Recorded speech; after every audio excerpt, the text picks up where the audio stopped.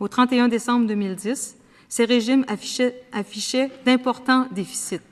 La situation anticipée au 31 décembre 2013 pourrait présenter des déficits minimes, voire même des surplus, non seulement grâce au bon rendement obtenu, mais surtout parce que la Ville a choisi de verser plus de 46 millions de dollars via l'émission d'obligations municipales pour résorber plus rapidement les déficits. Cette décision constitue un transfert de la hausse des coûts des régimes de retraite à la dette générale de la Ville. L'impact budgétaire demeure donc inchangé et continue de se répercuter sur le compte de taxes malgré l'amélioration de la situation financière des régimes. La Ville, tel que mentionné, bénéficie de clauses banquiers. Pour les deux régimes, elle totalise au 30 décembre 2013 plus de 100 millions, soit l'équivalent d'à peu près 15 années de congés complets de cotisation. C'est un montant colossal qui a été amplifié par le versement de 46 millions au cours de 2012-2013 pour financer le déficit plus rapidement, alors que d'autres villes se prévalaient plutôt de mesures d'allègement des financements. À la lumière du projet de loi, les conséquences d'un financement plus rapide sont très désavantageuses pour la Ville et les citoyens. OK. Alors, vous dites, on a avancé 100 millions pour essayer de régler le déficit de la Caisse. Ce 100 millions-là, on l'a pris à même les taxes des contribuables. Et comme il y avait une clause banquier, on avait l'espoir de pouvoir rembourser les contribuables lorsqu'on aurait un surplus ou lorsqu'on aurait un rendement positif. C'est exact? En ça. OK. Et là, vous dites, l'application de la loi ferait en sorte qu'on serait totalement privé de ça. Je voudrais juste revenir là-dessus. Vous avez emprunté avec des obligations là, le 46 millions en 2011, vous avez dit. 2013. Désolé. En fait, 38 millions en 2012. OK. Et puis, vous avez... Le taux d'emprunt, c'est quoi? C'est...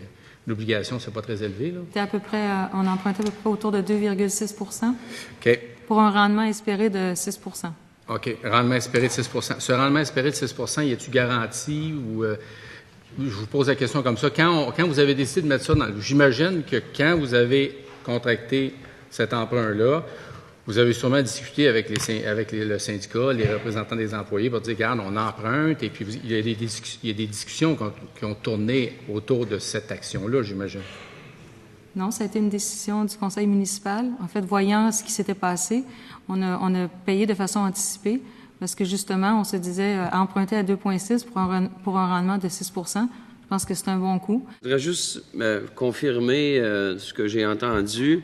Vous dites, vous, avec les règles qui sont présentes aujourd'hui, vous avez fait ce que les villes devraient faire, donc les déficits que vous avez dans vos régimes, vous avez décidé d'emprunter et de les combler tel que la loi le stipule. J'ai bien compris ça dans votre résumé tantôt? Puis on a même fait des versements anticipés. C'est bien. En plus. Donc, ça, c'est pour tout ce qui est passé. Vous dites la loi l'exigeait, c'est ce qu'on a fait. Là, vous avez certaines problématiques pour le futur que j'arrive dedans. Vous êtes les seuls représentants de villes qui ont venu pour que vous demandez la même chose que tous les représentants des travailleurs qui ont venu ici. Et je m'explique. Puis je trouvais ça le fun parce que je voyais l'ouverture du ministre qui, pendant une dizaine de minutes, vous a questionné sur votre exclusion que vous demandez de versement là, pour prendre en compte justement cette bonification-là que vous avez fait à mettre de l'argent.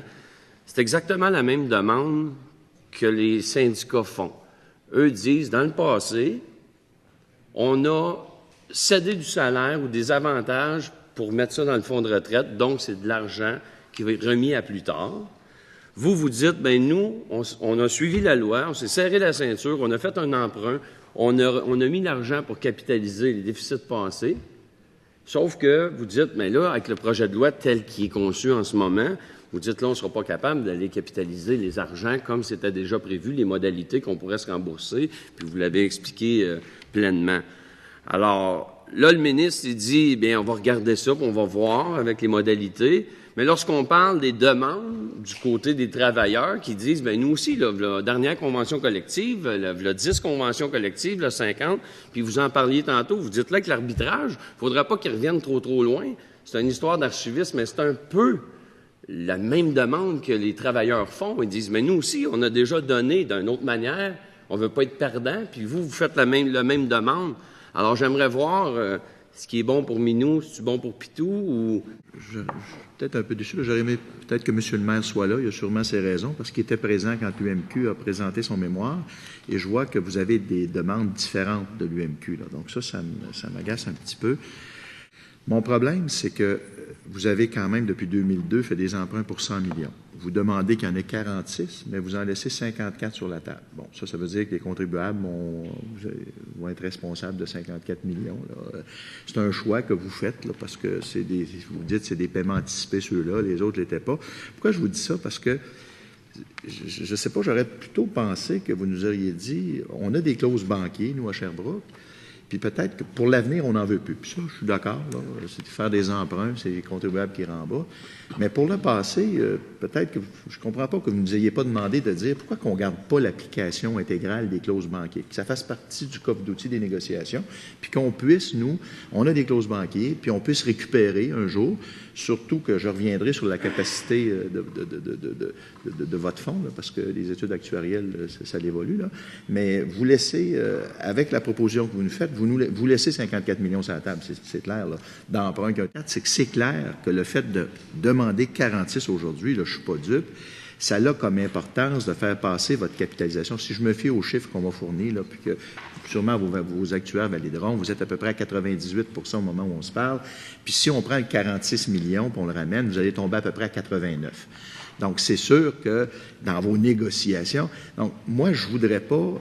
Tu sais, je veux que le message soit clair. Tu sais, je veux pas que personne en profite pour ambitionner sur personne. Moi, je veux juste être équitable, là, puis je voudrais juste... Donc là, vous dites, oui, on est tourné vers l'avenir, mais par le passé, il y a 46 que je veux récupérer parce que ça m'avantage, là. Tu sais, c'est juste ça. C'est pour ça que... Il y a quelques municipalités qui sont passées ici et qui ont dit, nous, pour donner l'exemple et pour améliorer si on veut, les conditions de négociation, ils ont passé des résolutions comme quoi les élus municipaux allaient demander d'être subordonnés au partage 50-50 en ce qui concerne leur fonds de retraite.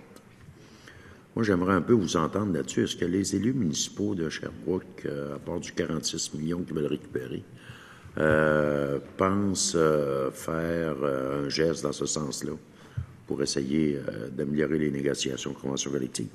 Mais je pense qu'on en a déjà discuté à l'interne. On n'est pas fermé à regarder ça. La seule chose qu'il faut aussi prendre en considération, c'est que les élus n'ont pas de sécurité d'emploi. À chaque 4 ans, ils doivent revenir finalement faire la preuve à leurs contribuables qu'ils sont encore les personnes de la situation. Alors, c'est quand même différent. Alors, il faudra aussi prendre ça en considération. Mais il n'y a pas de fermeture là-dessus. Pas de fermeture là-dessus. C'est à peu près comme nous autres. Nous autres, on est ouverts. OK, merci beaucoup.